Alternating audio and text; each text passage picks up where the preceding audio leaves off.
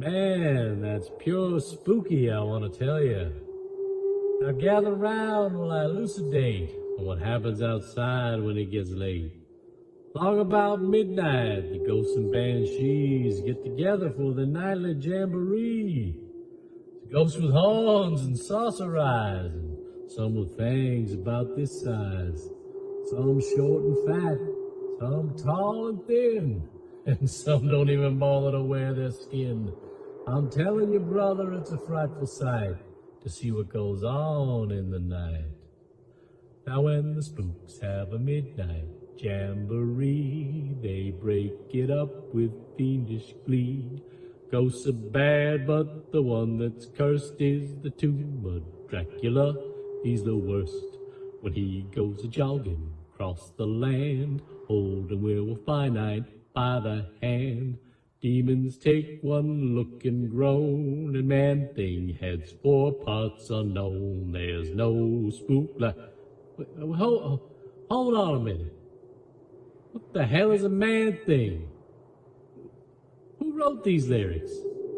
This ain't that Disney song I used to sing. What the hell is this anyway? I'm a man-thing, a werewolf by night?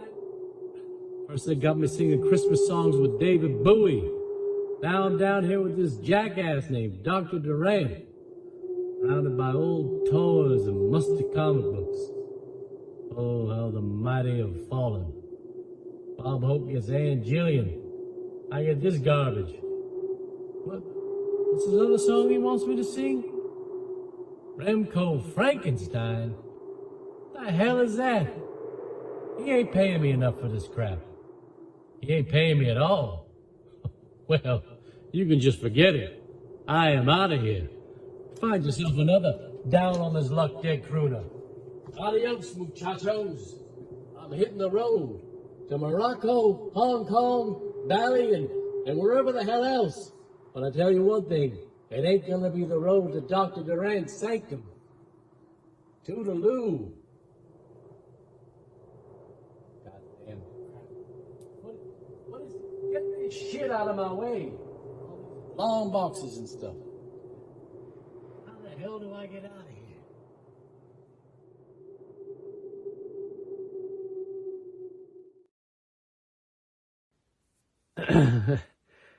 Hey everybody, welcome back to the Sanctum.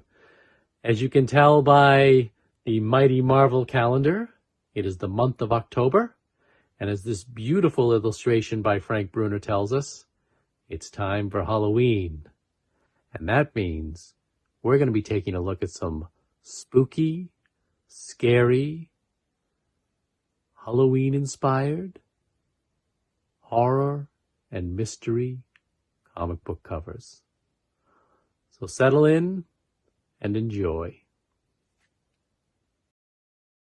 This Dr. Durant holiday special brought to you by York Peppermint Patty. Get the sensation. Well, if we're going to talk cool, scary comics, you got to go to the DC Mystery line. I grew up on the DC Mystery books. I read more war comics and horror comics when I was a kid than superheroes. I did get into superheroes and I did enjoy superheroes, but I really, really loved the Mystery line. And if you're going to go with the Mystery line, one of the best artists in the DC Mystery line is Bernie Wrightson. And here is an awesome Halloween-inspired cover for Secrets of Haunted House. You get that cool jack-o'-lantern. Look at the shadow it's casting over the floor there, as well as the hands of some type of creature coming out of it. You've got Kane, the horror host, up there in the corner, although Kane didn't host this book. I guess, every book had its own host. He was from the House of Mystery. But got a really cool cover right there. Very awesome. Just open it up. We're not going to go through it too long. There you go. It was Destiny that hosted the, I think Destiny hosted Unexpected. Maybe I'm wrong. There's the old witch. There's Abel. There's Kane. Joe Orlando's the editor. Joe Orlando came from EC Comics, so he really knew how to make cool mystery comics. And he really did make the DC Mystery line a very memorable line from the 70s and the Bronze Age.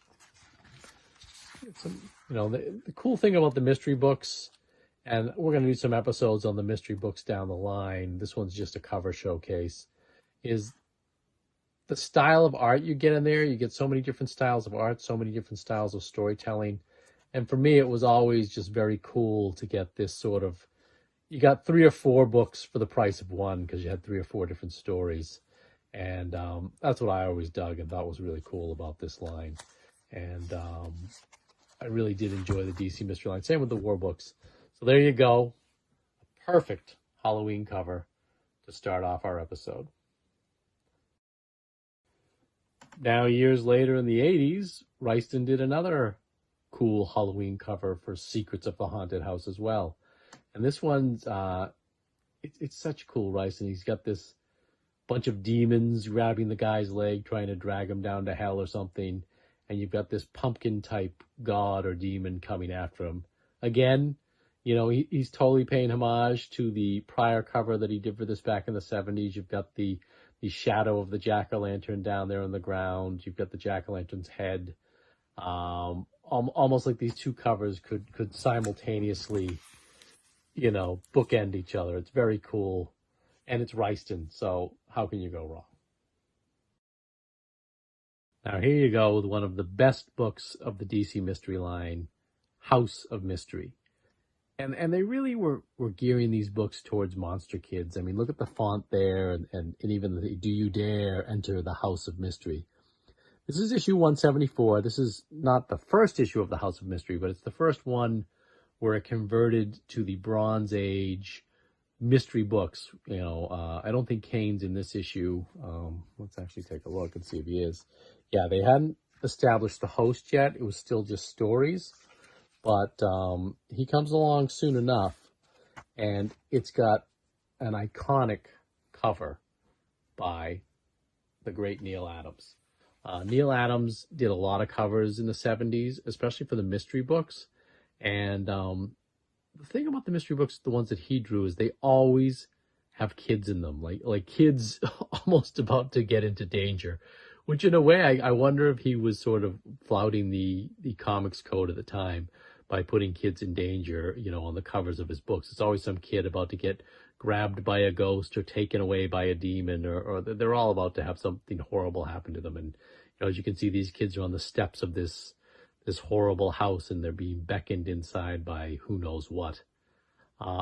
Awesome cover, fantastic cover. I mean, if that doesn't get you in the Halloween mood, I don't know what does.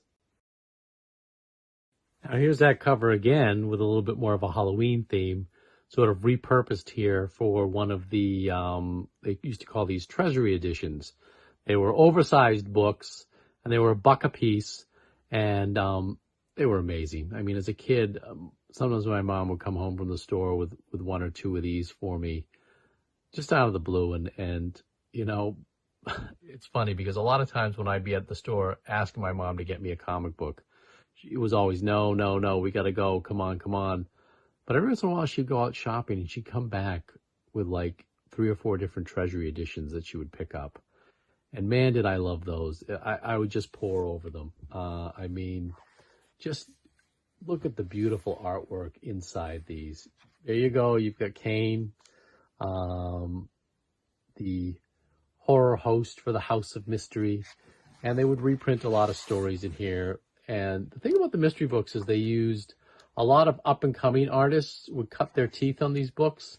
So you get a lot of guys that would later become famous, like your Neal Adams and your Roystons and stuff like that.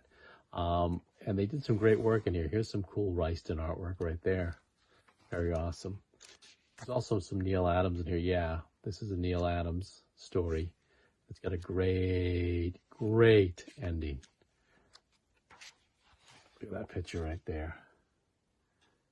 Silently the charred, rotted hulk without wind or sail glides into Whaler Harbor, drops anchor and rests. Captain Angus has come home from the sea. The end. I mean, these books were just awesome. They were so cool. They have games inside. Look at that, a Royston spread of Kane. Very cool. Awesome. Awesome stuff. Continuing our jack-o'-lantern theme, we've got another House of Mystery cover here, House of Mystery 206, where you've got this sort of spooky scarecrow out in the pumpkin patch. Again, you've got a couple of kids stumbling across it, about to fall into danger somehow. It's got this large knife in its chest, and I think you sort of know if they pull the knife from the chest, the scarecrow is going to come to life. I mean, these books are great. And look, there you go.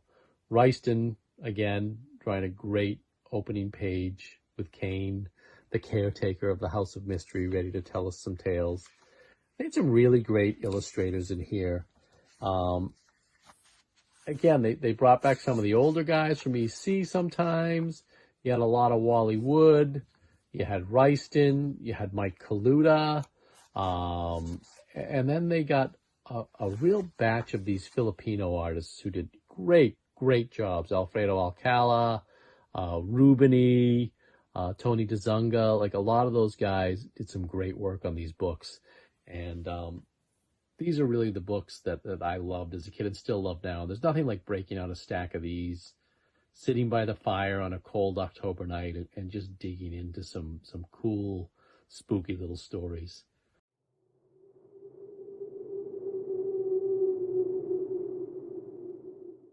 Here we are again with another jack-o'-lantern cover by our old friend Bernie Ryston. This was a House of Mystery dollar book. It was when they sort of tried to expand the line a little bit down later on. Very cool. You've got Kane welcoming some trick-or-treaters to the House of Mystery. He's got this jack-o'-lantern again with some type of goblin or demon coming out of it. Very cool book. Very Halloween-y. Again, like getting something like this, I'd be like, a dollar book. So thick and so full of just so many great stories. And I would just reread these over and over and over again. And like I said, down the line, we're gonna do some episodes on the mystery books and specific mystery books and even look at some specific stories. But right now, just doing some cover showcases, some stuff to get you guys in the mood for Halloween. Maybe inspire you to get on eBay or go out to your comic book stores and dig through the boxes and see if you can find some of these, because honestly, they're great books and they're really fun to read. Now, we talked Ryston, we talked a little bit about Neil Adams. Another great horror artist or artist on a lot of these mystery books was Mike Kaluta. And here we have House of Mystery 200. And he was very cool illustrator as well. He had a little run on the Shadow Revival book that DC did in the 70s. He did a lot of covers. He did a lot of covers for the mystery books, and they're very memorable, cool covers. For example, this one here, I mean, you've got all these animals out in the woods howling at the moon, and you've got these demons or devils or whatever they are, shadows on the moon, and you've got this guy, alone in his farmhouse looking out the window like, what's going on? What's bothering the animals? Great shadow cast on the ground at night. Got Kaluta's name right there on the side of the hill. Really just, again, like, they just don't do art like this anymore. I know I sound like an old fogey, but like, the new books have some great art in them, but they don't throw covers together now like they used to back then. Okay, this is going to be our last House of Mystery for now. Again, down the line, we're going to do we're going to do episodes on House of Mystery, so we'll definitely be taking a look at those later on. This one I had to include this because it's got a lot of favorites here. Number one, it's a Frankenstein cover. It is a iVampire cover, and it is a cover by Joe Kubert. He was the first artist that I knew by name because, as you can see, how he signed all his work. And like I said, I used to read all war comics and horror comics when I was a kid. And he illustrated most of the covers for the ones that I picked up as a kid, at least.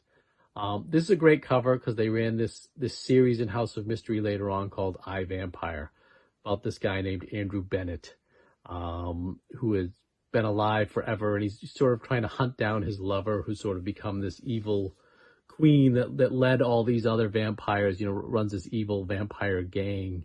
And he has sort of this band of humans that helps him out, that he, throughout time that he's brought with him to try and defeat her.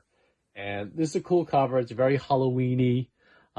It's got the werewolf, the mummy, a skeleton, a witch, Frankenstein, and obviously it happens inside a funhouse. And it's got a vampire on there, a Dracula-type character. When I met Joe Kubert in 2011, he did me the honor of autographing this. So it's a very special book to me. I really dig it, and I hope you guys dig it too. Here we go with another cool Kaluta cover, Mike Kaluta, House of Mystery 2010, 210, 20 cents. Again, he liked to do a lot of gothic stuff, and this is a kind of a cool one. You've got this sort of lady in white down in the crypt. You've got this coffin open up with these cobwebs and this hand of this vampire coming out of the coffin while she's being pursued by this sort of Dark Shadows-esque figure. He's got a chain and a flashlight, and he sort of looks like he's trying to be a little Barnabas Collinsy. Again, this was right around the times that Dark Shadows was out, so a lot of books were going for that sort of gothic revival for their horror books. And we're going to take a look at those in a few minutes. But again, cool Mike Kaluta cover. Just reminds me of Halloween. It's very, like a Dracula movie or something. Very cool.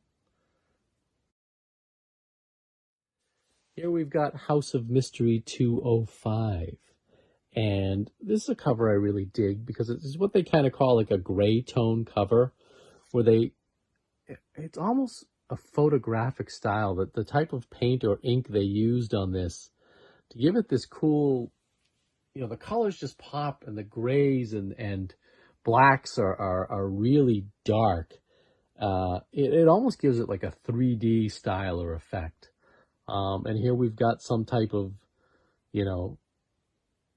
the specter of death or some type of witch, floating out in the swamp in a coffin with a buzzard on the shoulder, the full moon behind her or him, and a black cat, sort of keeping watch. Just a really cool, creepy, spooky cover. And that's what these books evoked for me. I mean, just seeing the cover like that, it was something that just, I don't know, even looking at it now, it just really, really takes me back to a time when, the world did hold so much mystery. And, these stories were just fantastic. And I'm so glad I got to read them growing up.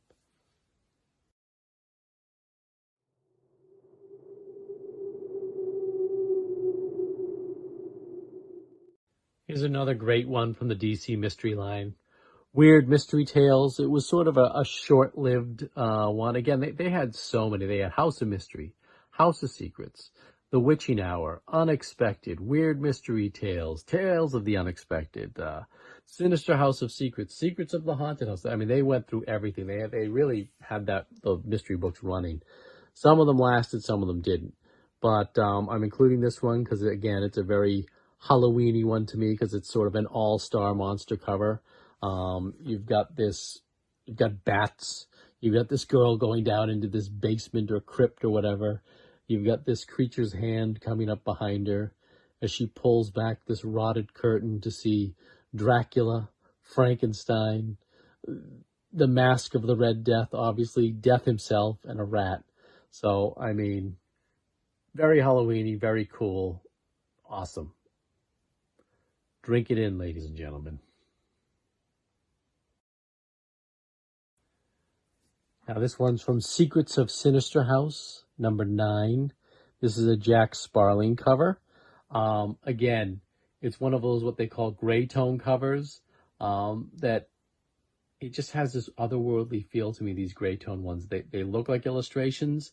They seem a little like photographs. They almost appear 3D. And I mean, if you're going to do Bronze Age horror, this one to me totally just drips of the 70s. You've got this vampire with mirrored sunglasses and sideburns and this little scar under his eye, and you know his victim reflected in his sunglasses, and then just the fang popping out of his mouth. Very, very simple illustration, but I mean, who doesn't want to pick this book, open it up, and read it now at this point? I mean, I wish I had that as a poster. That's cool. Very awesome, very 70s, very funky, very cool, and we dig it. Now, in addition to House of Mystery, DC had The House of Secrets. I'm including this one. This probably looks familiar to you guys. It is part of the opening titles to Dr. Durant's Sanctum. I'm including it because it's my compatriot Russell James, one of his favorite covers from the House of Secret. I enjoy it too, and we bonded over it when we talked about it many years ago. So it means a lot to the two of us, and I just wanted to include it here so that you guys could actually see it in all its glory. It is drawn by the great Ernie Chan. Again, they had these themes that they would do throughout the books. Skeletons appeared, skulls appeared. It was obviously supposed to be like the specter of death that would appear on a lot of these books, especially Ghosts. Ghosts had a lot of skeleton covers. But anyhow, you've got this boxer, and the referee appears to be the specter of death. But what a great cover.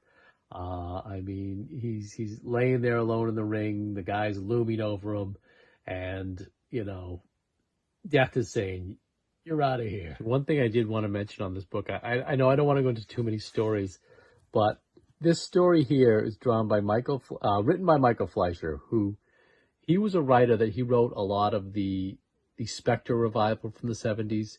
He wrote Jonah Hex. He was a fantastic writer, and his stories they were just so great. They had some really grim endings. But anyhow, this one is about a contortionist. And what he does is, you can see it's great artwork here. He goes and he finds this Swami, and he steals this juice from him. He kills the guy, steals the juice, and it turns him into sort of like very rubbery so that he can be like a fantastic contortionist. I mean, look at that shot right there. That's just amazing. But anyhow, so he becomes super popular because of all these crazy things he can do, the ways he can contort his body, and he becomes, you know, super, super famous. And one night he's going out his dressing room door to meet his throng of fans, and they all start hovering over him and grabbing him and pulling on him, and they're like, "Oh my God, we can stretch him. He's amazing. This is cool." And the police come and chase the fans away. And then they're like, "Oh, we got rid of those guys who," gasp. And look at that. I mean, he's just completely turned into like mush. The tongue and the drool and the eyes. I mean, it's almost psychedelic, but it's super creepy when you really think about it. And just an amazing story. I mean, that's the type of stories you're getting here. They're like little creep shows or Tales from the Crypt, that type of stuff. Oh, here's a really cool ad for Johnny West figures, which looks like it was illustrated by Jack Davis. That's amazing. I had some of these. I had Geronimo. My sister had Jane West. I had Sam Cobra. Didn't have Custer, and I had Johnny West as well. Very cool. Mark's Toys. All right, sorry, I'm drifting off there. Here's a cool Filipino artist, like we were talking about, Rubini. He was a very, very cool artist. I mean, just look at the looks on the faces that he would draw. He always drew panic very well. And just sort of the look of death on people very well, too. Amazing. Cool book. Ryston also drew for the House of Secrets. And here's House of Secrets 93 with a cool Bernie Wrightson cover. Again, it's got that very gothic feel. They're peeling back the covers, and I don't even know what this is, whether it's a scarecrow they found in bed or a dead body wrapped up to look like a scarecrow. But the one thing I loved about this is that I always dig about this cover, besides the Reister work on it, is the story bylines here. They've got Lonely in Death, but this one's my favorite. Never kill a witch's son. Like, they would just come up with these really cool stories. And I mean, what the hell is that about? Never kill a witch's son. I mean, I guess probably not. You're going to be in a lot of trouble. 25 cents, bigger and better. You bet it is, baby. When I bite into a York Peppermint Patty, I get the sensation of being in the snow-covered Alps. Yodelay, yodelay, yoo. Now, one of my favorite runs next to House of Mystery and House of Secrets from the DC line is The Witching Hour. And particularly like the first 10 books or so, the covers are amazing. And they were done by, most of them were done by the great Nick Cardy. This book came out sort of tail end of the Silver Age, beginning of the Bronze Age. I believe it came out in 1969. So it's sort of Silver Age, but cusp of the Bronze Age. Anyhow, it's a great book. The stories are told by three witches. You've got the crone witch, sort of a heavyset witch, and then you've got sort of this funky, cool witch as well. Let's see if they show them here. Yeah. So you've got, she's sort of like the hippie witch. You've got your standard witch, and then you've got sort of your heavyset witch. And they all told a tale. That was their thing, is they get together every night at midnight and each tell a tale. Like I said, the first covers, you got a 12-cent book, and they would incorporate the title into a word balloon that somebody is saying. So you've got this guy wandering around here in some village, and he's, sort of like the town crier, and he's saying, "It's 12 o'clock, the witching hour." And you've got this witch looming up above on the chimney or spire of this home or this castle, ready to pounce on this guy. She's got her black cat there. Cool greens, cool grays, just the way they make the light appear. This castle off in the distance, the moon. I mean, come on. There's a Halloween cover if ever there was one. That was issue number 1 of The Witching Hour, by the way. Here we've got issue number 2. Again, you've got this sort of couple going into this scary castle or house or something. And again, the word balloon, the woman is saying, "It's 12 o'clock, the witching hour." Again, look at the use of light that Cardy is using here. It's amazing the way he can get that off of an illustration. And you've got the witch, hanging above the door, ready to pounce on them with whatever she's going to do. Very cool. Again, I love this first, I'd say it's about 8 or 9 covers. They have good covers later on, but these ones are just fantastic. I mean, these deserve to be framed. They really are works of art. Here we have Witching Hour number 3. You've got sort of a Hansel and Gretel theme going on here, a boy and a girl and their dog in the woods. Again, you've got that lantern. Seems to be pretty relevant in the first 3 issues we've looked at so far. And you've got the witch up here in the tree, along with some of her goblins and lizards waiting again to pounce upon these children in the woods. I mean, look at the detail on the witch's face there. The goblins and the kids and the dog howling up at them. And again, you've got that great, "It's 12 o'clock, the witching hour." More Nick Cardy goodness. Witching Hour number 4. Again, it's 12 o'clock, the witching hour. You've got this poor little flower girl trying to get home. She realizes she's out too late. It's midnight. The witches are going to be coming out. The lamp is still lit. She sees up there on the clock that it's midnight. And here on the steps in the pouring rain, waiting in front of her door that she's going home to, is the witch, ready to pounce on her and whatever she's about to do. But it's too late for her.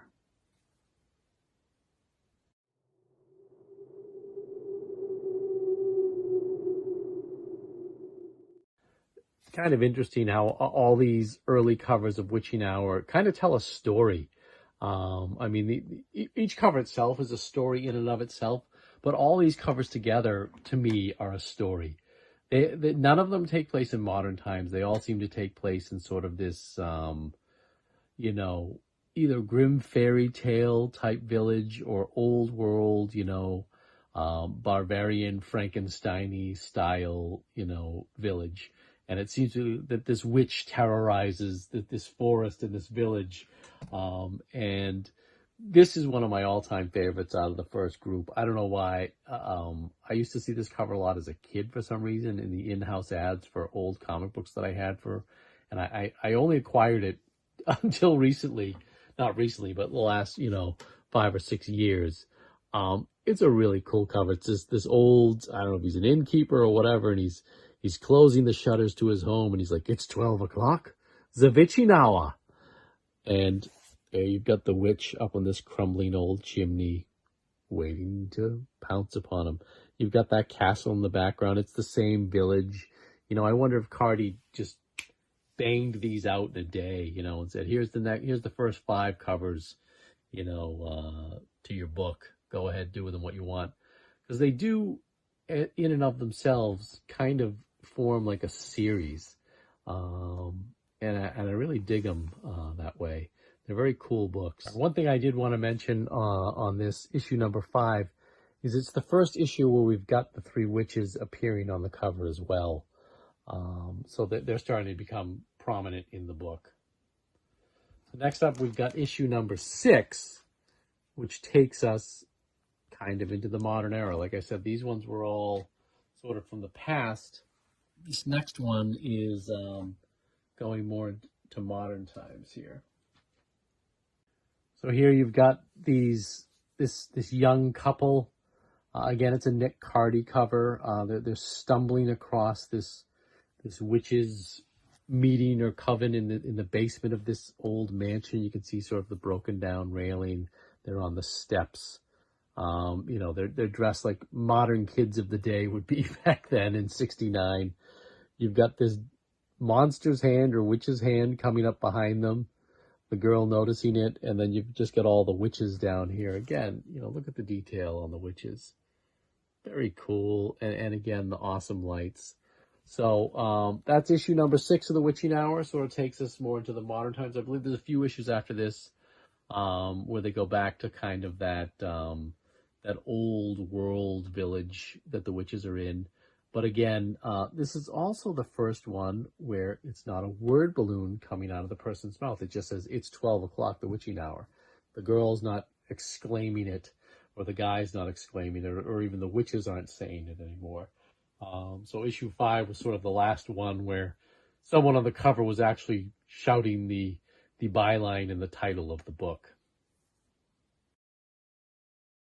When I eat a York Peppermint Patty, I get the sensation of being at the top of a cold and wintry mountain, alone.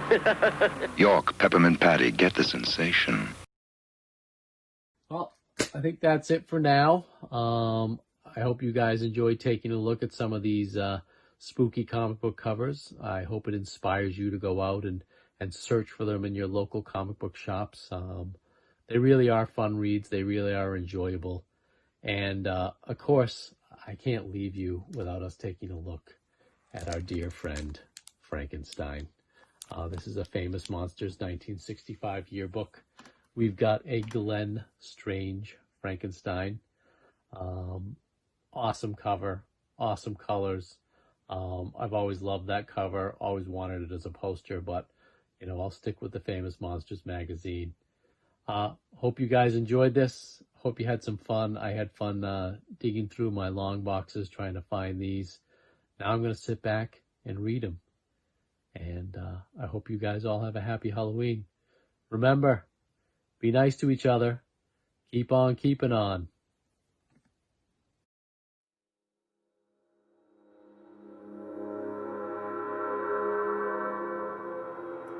You've been watching Channel 27, WHLL-TV, Worcester, Massachusetts.